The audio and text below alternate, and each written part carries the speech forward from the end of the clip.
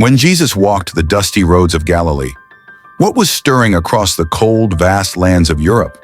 While shepherds watched their flocks under Bethlehem's star, empires were rising, kings were plotting, and destiny was quietly shifting. Europe was dominated by Rome, an empire of iron and law. The name Caesar carried weight in every corner, from the frozen forests of Germania to the olive groves of Hispania. Caesar Augustus, the first emperor, ruled with the careful hand of a man who understood power. He had united a restless, violent continent under a fragile peace called Pax Romana. And yet, beneath the marble, the streets, the statues, unrest simmered. Could peace built on fear ever last? Augustus ordered a census that changed the course of history, sending a poor carpenter and his pregnant wife on a journey to Bethlehem. Little did he know, his empire would intersect with the quiet arrival of a child who would change the world. When Tiberius succeeded Augustus, the shadow over Europe grew longer. Tiberius ruled from the island of Capri, leaving Rome's politics to whispers and cruelty. Europe's heart was restless. The people sensed it, even if they could not name it. What did the citizens of Rome think when the empire's vast roads stretched to the ends of the known world? Did anyone pause to wonder, could a single man's words travel faster than legions in gold? Rome's cities were alive, markets teeming with merchants, scholars debating in forums, temples offering sacrifices to gods whose names had faded from memory. Even the great philosophers of Greece, now part of Rome, still searched for wisdom in silent courtyards and scroll-lined libraries. And yet, for all this order, Europe was fragile. Legions could hold borders, but they could not command hearts. The gods of marble and gold offered ritual, but no meaning. Was the world unknowingly preparing for something greater? Across the forests of Gaul and Germania, tribal leaders watched Rome with suspicion. The Celts, once rulers of vast lands, had been pushed into the north and west. Their Druids whispered in sacred groves. Their songs carried warnings and prophecies. Could these distant forests, untouched by empire, be silently listening for a new kind of king? Even as emperors plotted, Europe's roads, cities, and languages were being built, not just for armies, but for the message that would one day reach every corner. The Iron Empire ruled by might. But destiny had another plan. And so, while Jesus taught in Galilee, Europe was alive with tension, belief, and anticipation. A continent unaware it was being quietly shaped for the arrival of a truth far greater than power or conquest. While Rome flexed its iron grip over Europe, beyond the walls of cities, across misty forests and snow-dusted hills, lived the peoples Rome called barbarians. The Celts, fierce, proud, and free, ruled the lands of modern France, Britain, Ireland, and Spain. Their villages were hidden among hills and rivers. Their lives revolved around nature, seasons, and the sacred groves where Druids whispered secrets to the wind. The Celts believed every river, tree, and hill had a spirit. Their bards recited stories of gods and heroes, tales of love, loss, courage, and destiny passed orally from one generation to the next. Could these tribes, so far from the Holy Land, sense the change quietly rippling through the world? Did their songs unknowingly prepare hearts for a story yet to come? Far to the east, in dense forests and rolling plains, roamed the Germanic tribes, ancestors of the later Saxons, Goths, and Vandals. They lived in wooden halls, hunted with spear and bow, and worshipped gods of war and sky. Honor and kinship ruled their lives. A man's courage was his currency, his loyalty, his shield. One young chieftain, later remembered as Arminius, would grow to challenge Rome itself, a man who would defeat 3 legions in the Teutoburg forest. At the time of Jesus' birth, he was a boy, but the lands he would one day defend were already alive with legends, battles, and restless spirits. Europe was a land of contrasts. Rome's order touched only some. Wild forests, hills, and rivers remained untamed.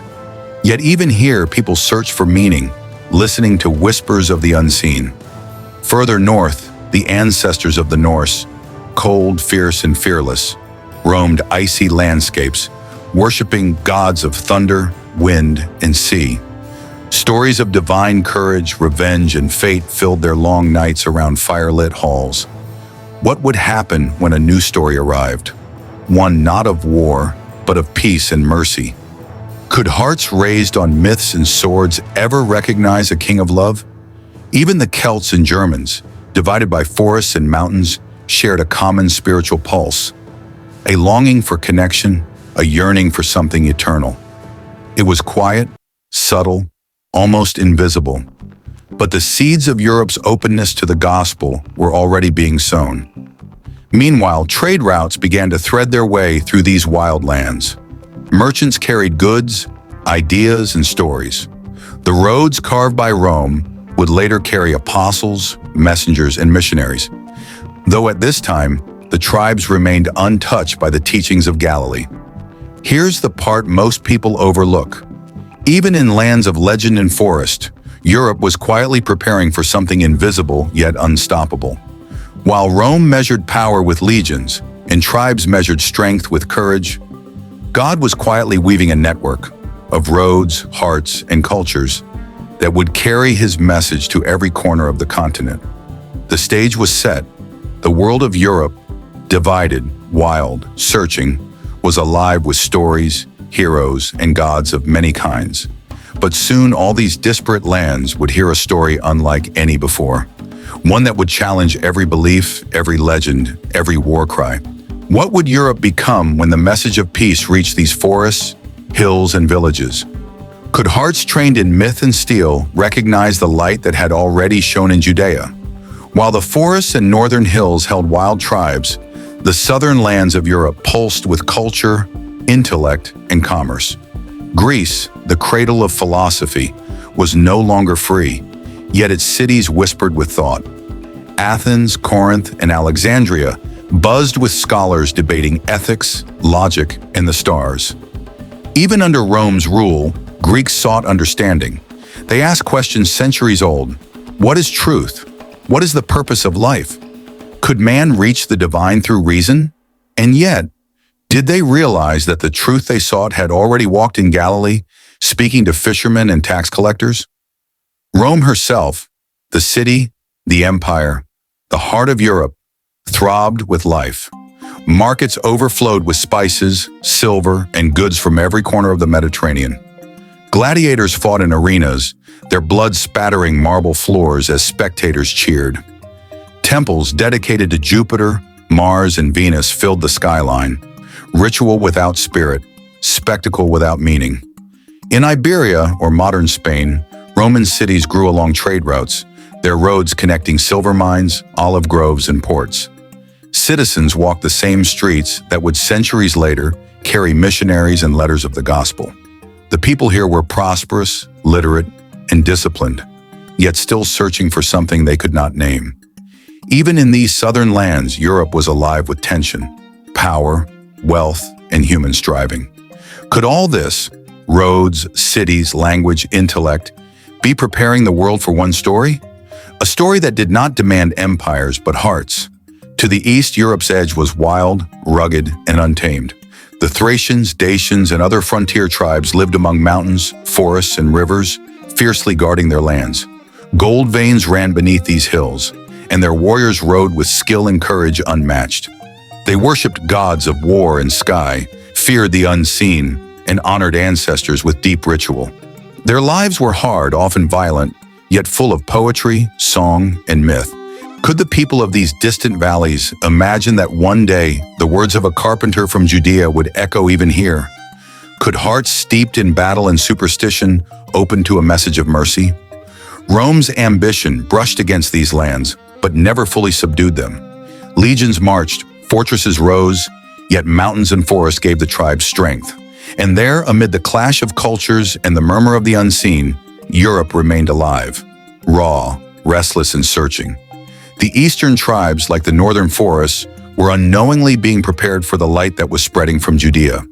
Trade routes, conquest, and cultural exchange quietly connected them to the southern cities, creating a web that could carry the gospel faster than any army. Europe, from the frozen north to the Mediterranean south, from the forest to the eastern frontiers, was a continent of contrast. power and wilderness, knowledge and superstition, hope and fear. Could such a fractured land, divided by geography, culture, and belief, one day become the stage for a story of grace and truth?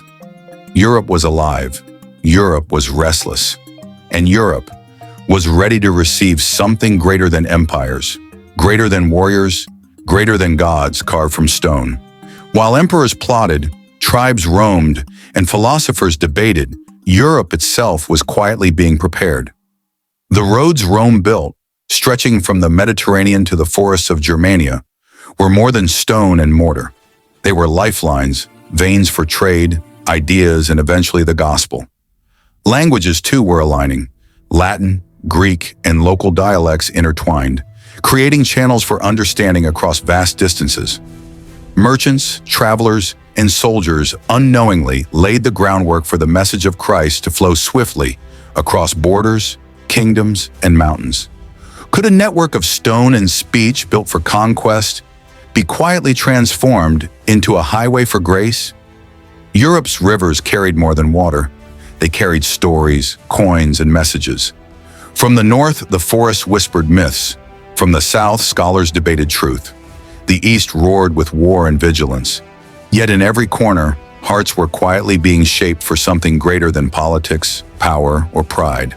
Even the smallest villages, the Celts in Britain, the Germanic tribes in forests, the Thracians on mountain passes, were unknowingly part of a divine tapestry. They were learning courage, loyalty, resilience, virtues that would resonate with the gospel centuries later. And then, in Judea, the carpenter spoke of love, mercy, and forgiveness. Slowly across time and space, that message would travel.